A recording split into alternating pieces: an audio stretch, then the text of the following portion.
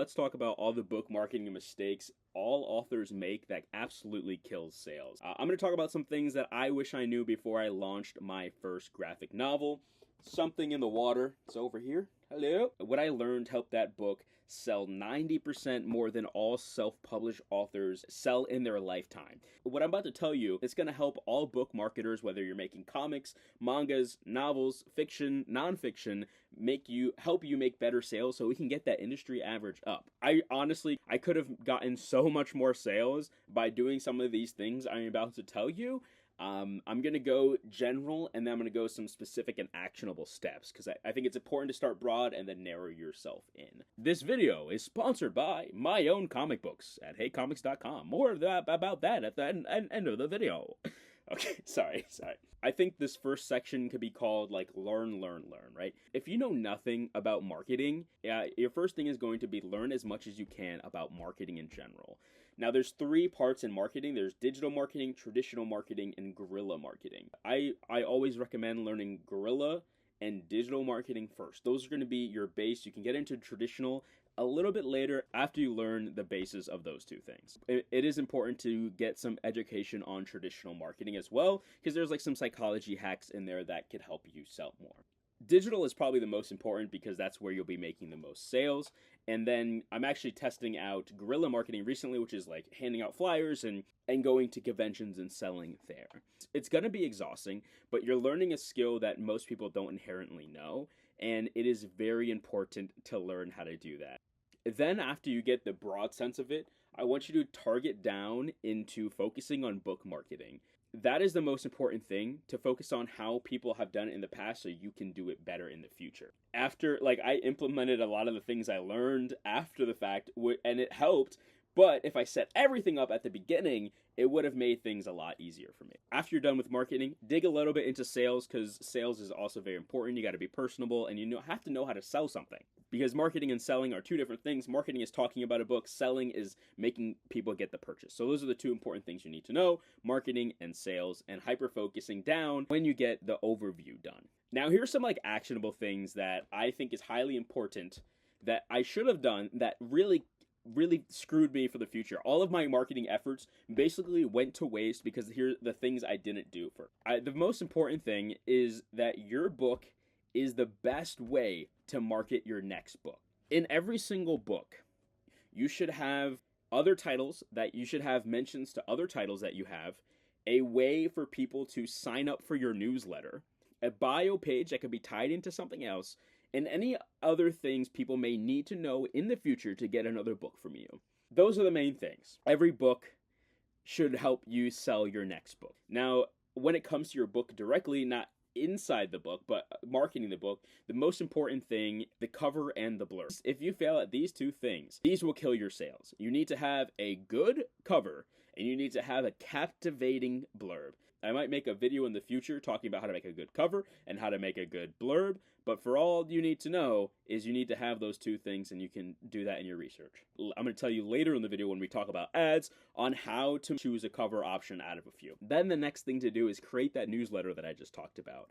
Now, the best way to grow a newsletter is by offering a free book or a free short story. Like at the end of your book, say something like, sign up for my newsletter for a free story, or if you want to go sneaky with it, and you put in text, email my email here for a free short story if that interests you.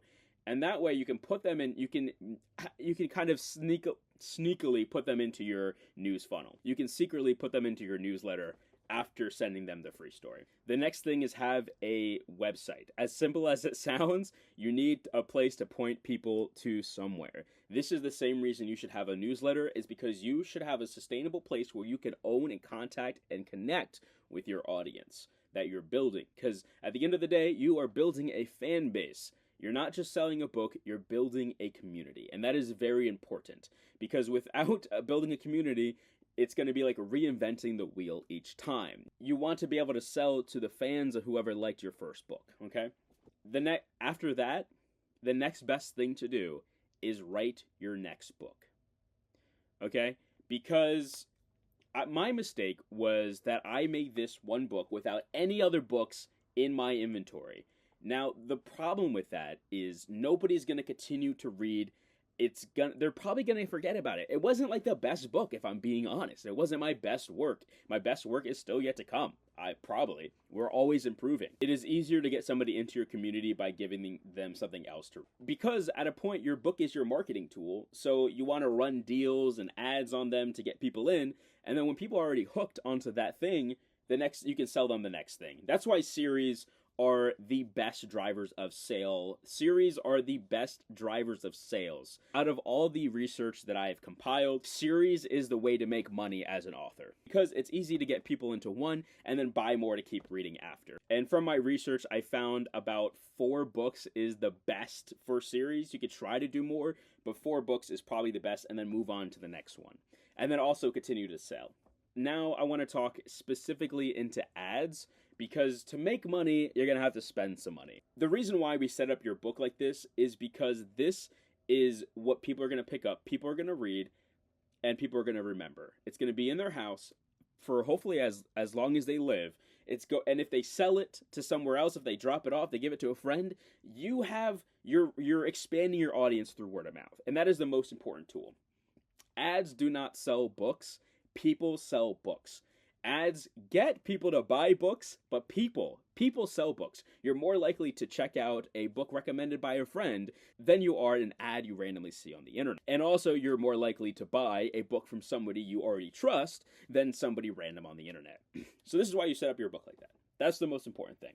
I failed with that completely and utterly. That is why my next books have all of these things in there. Now let's talk about ads. Ads, if you don't have an audience already, this is how you're going to get people into your ecosystem. There are 2 ways to get people into your ecosystem: direct ads and then a free offering. Now let's talk about direct ads for a second. Direct ads is super important, all right? Direct ads are super important because it just gives your book right to the person, and they can decide if they want to buy it or not right there. It usually takes them 4 or 5 times to see the ad to buy it. I can go now. To go a little bit further into advertising, you want to do a bunch of test ads. You want to see what converts the best. Different images, different copies, etc., etc. I'm not going to go super into ads, but that is what you need to know to get you started. I recommend meta ads. They have worked for me the best. I'm still figuring out Amazon ads. Comic books are really hard to be profitable because they print colored images. That's why I'm moving into manga, but that's a different conversation. But with books, it's a little bit easier because your profit margins are higher. But what I mean by ad is you want to test it, see what works well, and then spend more on the ad that works. And a little trick on ads, how to use ads to find like the best book cover, by the way, is make an ad with 3 of your book covers, and then test them and see which cover gets the most clicks. It's pretty interesting. It's kind of a way to A/B test quickly and fast to the people who are going to buy your book, who might buy your book. So that's just a little tidbit for you. Now, you don't have to. By the way, you don't have to spend money on ads to do that. You can go on Reddit and ask people and vote and run polls and stuff to help you pick a good ad or blurb. Ads, I've just found the best way to find it because those are people who may be clicking and buying. So now that we talked about direct ads, here are a couple ways that you can use ads in a roundabout way to get people to buy your book and increase your click-through rate and increase the amount of people who are interested in you and your product. The biggest way to leverage ads besides directly selling your book is to offer free content and then sell your book.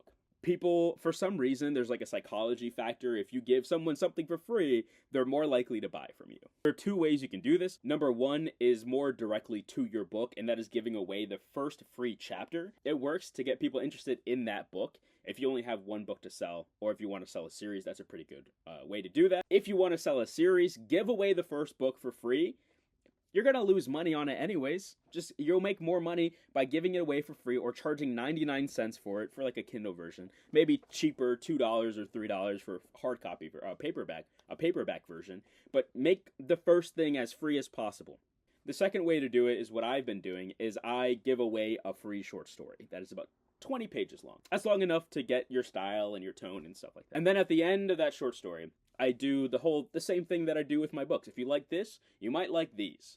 Okay? So you use this as a way to funnel people into your telling people about your books, and they have higher purchase intent. If they like what they read, they have a higher percentage of buying from you.